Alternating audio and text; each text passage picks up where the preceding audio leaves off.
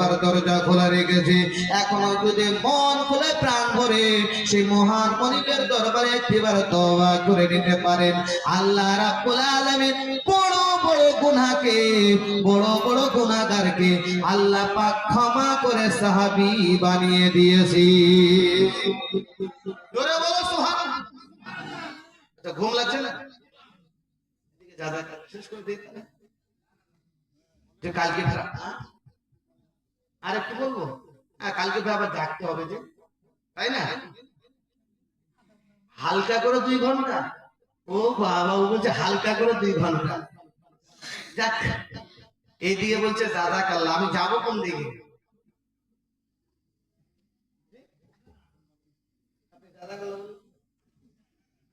জাযাকাল্লাহ মানে শেষ। তবে যাই হোক, সকলে আছেন আর আবদার করেছেন। এই যখন কথাটা বলেই দিলাম, বড় বড় পাপীকে সাহাবী রূপে আল্লাহ পরিবর্তন করে দেবে, একটাই কথা বলবো, হয়তো 10 থেকে 15 মিনিট লাগবে। হবে তো সহ্য করতে? ইনশাআল্লাহ অসুবিধা কারো হবে না তো? জি ইনশাআল্লাহ। শুনেন, আল্লাহ পাক কোরআনে জানিয়ে দিলেন, আপনার সূরা জুমার আয়াত নাম্বার 53, আল্লাহ রাব্বুল আলামিন বলছেন, কুল ইয়া ইবাদিয়াল্লাযীনা আসরাফু আলা আনফুসিহিম লা তাকনাতু মির রাহমাতিল্লাহ ইন্নাল্লাহা ইয়াগফিরুয যুনুবা জামিআ ইন্নাহু হুয়াল গফুরুর রহিম। জোরে বলি সুবহানাল্লাহ। আমি যেটা বুঝাচ্ছিলাম, যেটা বলছিলাম, ও মা খালারা শুনে যাবে, রাতের বেলা মা বান্দা যদি আপনার বড় বড় পাপ করে আল্লাহ পাক মিটিয়ে দেয়। আজকে আমার মায়েরা সুন্দর করে কাপড় দিয়ে জলসা শুনছে, ভালো লাগছে না? খারাপ ভালো লাগছে না? আর এই জায়গায় জলসা না হয়ে যদি বিয়ে বাড়ি ডিজে হতো, আরো ভালো লাগতো নাকি? কথা বলেন না, ভালো লাগতো না খারাপ লাগতো? আজকে আমার মায়েরা মাথায় কাপড় দিয়ে আছে, এত সুন্দর লাগছে। মা, এই জায়গায় যদি একটা ডিজে বক্স বাজতো, বিয়ে বাড়ির আনন্দ হতো, তাহলে এই জায়গায় মায়েদের কারো কাপড় মাথায় থাকতো, কারো কাপড় থাকতো না, বেপরদা হয়ে চলতো। কিন্তু কোরআনে মাহফিলে এসেছে, মায়েরা বড় আদব করেছে। জানো মা, তোমাদের কোনো সম্মান ছিল না, তোমাদের কোনো ইজ্জত ছিল না, তোমাদেরকে দাফন করা হতো, তোমাদেরকে মেরে ফেলা হতো। তোমাদের ইজ্জত বাড়িয়ে সে তো আমার নবী মুস্তাফা বাড়িয়েছে। সুবহানাল্লাহ। আমি যেটা বুঝাতে চাইছিলাম, বড় বড় পাপীকে আল্লাহ রাব্বুল আলামিন আপনার সাহাবী বানিয়ে দিয়েছেন, গুনাহগুলো নেকিতে পরিবর্তন করে দিয়েছেন। আল্লাহ রাব্বুল আলামিন সূরা আপনার বলা হয়েছে জুমার মধ্যে বলে দিলেন, 53 নম্বর আয়াতে বলে দিলেন, কুল ইয়া ইবাদিয়াল্লাযীনা আসরাফু। কুল মানে হচ্ছে হাবিব, তুমি জানিয়ে দাও, বলে দাও, যারা আত্মার প্রতি অত্যাচার করেছে, জুলুম করেছে, তারা আমি আল্লাহর রহমত থেকে যেন নিরাশ না হয়ে যায়। আমি আল্লাহর নাম রহমান, তাদের প্রতি রহম করব। আমি আল্লাহর নাম গাফফার, তাদের গুনাহ খাতাগুলোকে maaf করে দেব। অনেকে হয়তো ভাবে আমি বড় গুনাহ করেছি, অনেকে হয়তো ভাবে আমি বড় পাপের কাজ করে ফেলেছি, হয়তো আল্লাহ maaf করবে না। খবরদার মুসলমান, খবরদার খবরদার খবরদার। আল্লাহ অপর এক জায়গাতে বলেছে, যাদের গুনাহগুলোকে বদলে আপনার নেকি দেওয়া হয়েছে।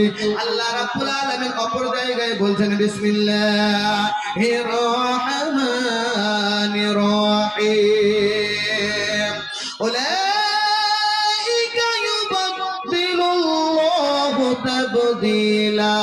আল্লাহ রাব্বুল আলামিন বলতেছেন, আল্লাহ রাব্বুল আলামিন বলেন, যারা আপনার নফসের প্রতি জুলুম করলো এবং আপনার বলা হয়েছে তওবা করে নিল, আপনার ঈমান নিয়ে আসলো, ভালো কাজ করে ফেললো, আমার আল্লাহ পাক তাকে গুনাহগুলোকে নেকি রূপে পরিবর্তন করে দিল।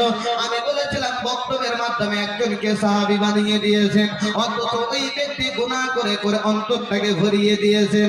ওই ব্যক্তিকে লাতের পূজা করতেন, ওই ব্যক্তি আপনার হাবলের পূজা করতেন, ওই ব্যক্তি আপনার মানবের পূজা করতেন, কিন্তু দিনের কোনো কাজ করতো না। দিনের আপনার শত্রু করে গিয়েছে, মেয়েদের প্রতি অত্যাচার করে গিয়েছে, মেয়েদের প্রতি আপনার দাফন করে দেওয়া হয়েছে। ওই ব্যক্তি আমার রাসূলুল্লাহর দরবারে যাবেন, আমার আল্লাহ রাব্বুল আলামিন জানিয়ে দিলেন, হাবিব তোমার কাছে দাহিয়া আসবে, আপনার মধুমাখা কলমা পড়বে, তওবা করবে। আমার রাসূলুল্লাহ সাল্লাল্লাহু তাআলা আলাইহি ওয়াসাল্লাম বড় খুশি হয়ে গেল। আমার আকা মুস্তাফা বলে, সাহাবারে তোমরা সবাই চলে যাও, আমি নবী একাই যথেষ্ট হয়ে যাব। আমার কাছে ওই দাহিয়া ইসলাম কবুল করতে আসবে, যেই দাহিয়া নারীগুলোকে মেরে ফেলতো, যেই দাহিয়া আপনার বলা হয়েছে আপনার কলমার আপনার দুশমনে ছিল, হিন্দুদের আপনার পূজা করছিল, ওই দাহিয়া তওবা করতে যাচ্ছে। কার দরবারে? নবীর দরবারে। আমার আকা মুস্তাফা একটা চাদর গিফট করেছে, আমার আকা মুস্তাফা একটা চাদর বিছিয়ে দিয়েছে, ওই চাদরে বসাবে কে? দাহিয়া। এমনই অবস্থায় আসসালাতু ওয়াসসালামু আলাইকা ইয়া রাসূলুল্লাহ, আসসালাতু ওয়াসসালামু আলাইকা ইয়া হাবিবাল্লাহ। আমার রাসূলুল্লাহকে সালাম দিলেন। বাবা সালাম দেওয়ার পরে বলতেছে, ওগো নবীজি আমি আপনার দরবারে ছুটে এসেছি। আমার রাসূলুল্লাহ বলতেছে, দাহিয়া রে তোমার জন্য আমি চাদর তৈরি করে রেখেছি, তুমি এই চাদরে বসে যাও। ওই দাহিয়া মনে মনে চিন্তা করে, জীবনে অনেক বড় বড় পাপ করে ফেলেছি, জীবনে অনেক গুনার কাজ করে ফেলেছি, না না না আর গুনার কাজ করব না। তার ব্যাপারে আল্লাহ কোরআনে বলেছেন, ওয়ামা আরসালনাকা ইল্লা রাহমাতাল লিল আলামিন, যে নবী হচ্ছে রাহমাতুল লিল আলামিন, যে নবীর হাত আমার আল্লাহ কখনো ফিরিয়ে দেয় না, যে নবীর দোয়া আমার আল্লাহ সর্বদাই কবুল করে। ওই নবী হাত মোবারক দিয়ে আজকে চাদর বিছিয়ে রেখেছে। আমি দাহিয়া যদি এই চাদরে বসে যাই তাহলে আমার চরম বেয়াদবি হবে। ওই দাহিয়া চাদরটা উঠিয়ে নিয়ে মুখের মধ্যে চুমুকিয়েছে, চোখের মধ্যে লাগিয়েছে, আর আমার রাসূলুল্লাহকে বলতেছেন, ইয়া রাসূলুল্লাহ ইয়া হাবিবাল্লাহ নবীজি আমি দাহিয়া অনেক বড় বড় পাপ করে ফেলেছি, আপনি যে চাদরটা দিয়েছেন এই চাদরটা আপনার জমিনে পড়বে না, এই চাদরটা হবে আপনার মাথার তাজ। জোরে বলো সুবহানাল্লাহ। ও নবীজি এই চাদরটা হবে আমার মাথার তাজ।